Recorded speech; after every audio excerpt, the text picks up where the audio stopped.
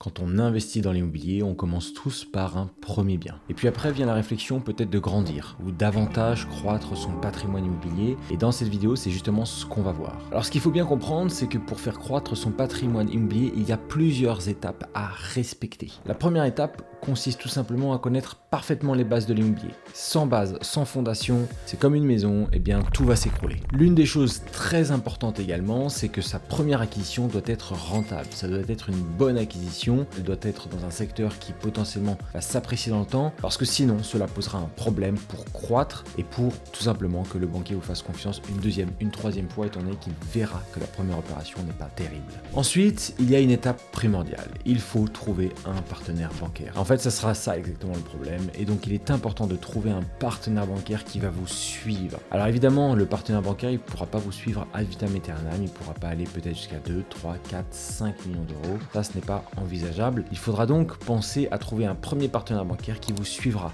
Une fois qu'il y a la confiance est établie, eh bien tout simplement, lui évoquer la possibilité d'enchaîner les acquisitions. Une fois que vous avez trouvé ce partenaire bancaire, la deuxième étape consiste à trouver des biens rentables. Alors pour trouver des biens rentables, le mot trouver, le problème, c'est qu'il n'est pas correct. En fait, il ne faut pas les trouver, il faut les créer, les biens rentables. Vous allez créer votre bonne affaire. Parce qu'en réalité, tout le monde se concentre sur le fait de trouver un bien qui est rentable. Trouver un bien qui est donc en dessous du prix du marché. Un bien qui a un problème dans son contexte et donc qui fait qu'on va pouvoir l'acheter à un prix très très bas. Ça, c'est une possibilité.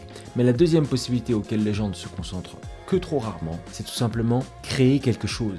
Alors comment vous allez créer quelque chose? Vous allez par exemple acheter un appartement en dernier étage, puis le grenier pour en faire un duplex. Vous allez par exemple acheter une maison, la diviser en différents appartements. Vous allez acheter également une maison pour l'agrandir, l'étendre par exemple. Et puis vous allez par exemple acheter un immeuble et puis les combles pourront être utilisés comme un nouvel appartement. Une fois que vous maîtrisez le principe de créer votre bonne affaire, que vous avez déjà votre partenaire bancaire qui est prêt à vous prêter de l'argent, et bien à ce moment-là, la troisième étape consiste tout simplement à se créer un réseau.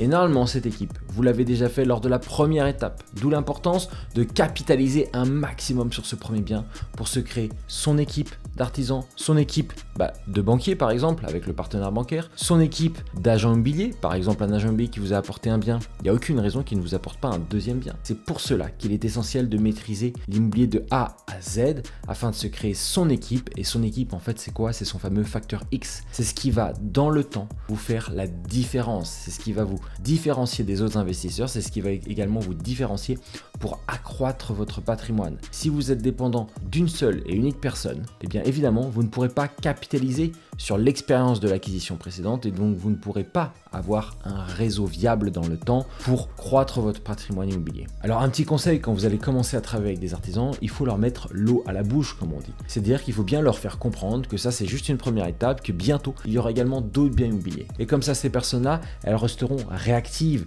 lorsqu'il faudra par exemple estimer les travaux, lorsqu'il faudra faire les travaux tout simplement et planifier ces travaux-là. Donc l'équipe, c'est essentiel et c'est ce qui va vous différencier dans le temps. Alors une autre chose dont on ne parle pas, et en fait c'est un peu une troisième étape bis, c'est tout simplement qu'il faut s'entourer. S'entourer, c'est à travers une équipe, comme je l'ai dit, mais on peut également s'entourer dans une communauté d'investisseurs qui nous ressemblent, une communauté d'investisseurs, par exemple, expatriés. Si vous regardez cette vidéo-là, ça aurait beaucoup plus de sens.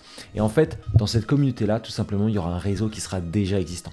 Et ça, c'est une énorme plus-value parce que c'est un gain de temps énorme. Vous allez pouvoir donc bénéficier d'un réseau immédiatement plutôt que d'essayer de vous le construire, et ça demande beaucoup de temps. À titre personnel, mon réseau, je l'ai construit peut-être sur minimum 2 ans et demi, 3 ans. Moi, personnellement, je me suis senti très souvent tout seul pour avancer, ce qui m'a freiné pour me construire mon patrimoine, parce que si j'avais été entouré, je pense que j'aurais pu faire les choses beaucoup plus rapidement. J'aurais bénéficié en plus de l'expérience de quelqu'un, par exemple, qui aurait fait les choses avant moi, ce qui m'aurait fait énormément gagner de temps et éviter quelques erreurs. Et donc, ce que je vous conseille par-dessus tout, en effet, l'une des clés, c'est peut-être se faire conseiller par quelqu'un qui a déjà fait les choses. Je ne parle pas forcément de moi, mais je parle tout simplement, ça peut être dans votre environnement, même d'un ami à un ami. Mais ce qui est important, c'est que apprendre des autres, c'est primordial parce que ça vous fait gagner du temps, ok? Et le temps, c'est beaucoup d'argent. Maintenant que vous savez les étapes pour construire votre patrimoine immobilier, il est essentiel d'avoir un plan. Je savais que ma première opération m'avait rapporté 500 € net tous les mois. Et donc je savais que si je répétais 10 fois cette opération, je pourrais me constituer un salaire de 5000 €. Et donc, à partir de là, j'avais mon plan. Je maîtrisais ma zone géographique. Je m'étais dit tout simplement, bon très bien, je n'ai plus qu'à répéter cette opération-là en 10 fois. et j'aurai mon revenu de 5 000 euros. Et en fait, l'objectif, il était là. Mais l'importance du plan, c'est d'avoir une ligne directrice, de schématiser comment vous allez atteindre votre objectif. Et c'est pour ça que c'est important de le chiffrer. À titre d'exemple, admettons, vous voulez 20 000 euros de revenus bruts, de revenus locatifs par mois à partir dans 20 ans. Okay, eh bien, ces 20 000 euros de revenus bruts, de revenus locatifs, tout simplement, eh bien, comment vous allez pouvoir les atteindre? En réalité, ce n'est pas si compliqué que ça. Il suffit de se poser les bonnes questions. 20 000 euros x 12, ça va nous faire 240 000 euros.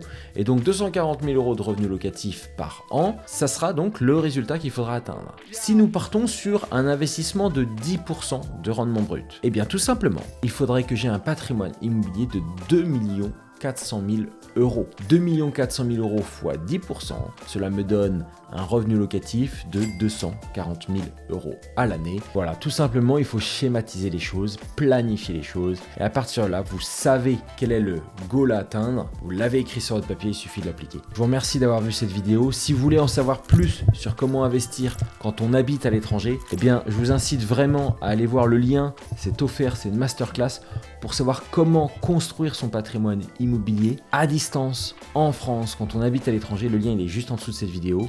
Et je vous dis à la prochaine vidéo.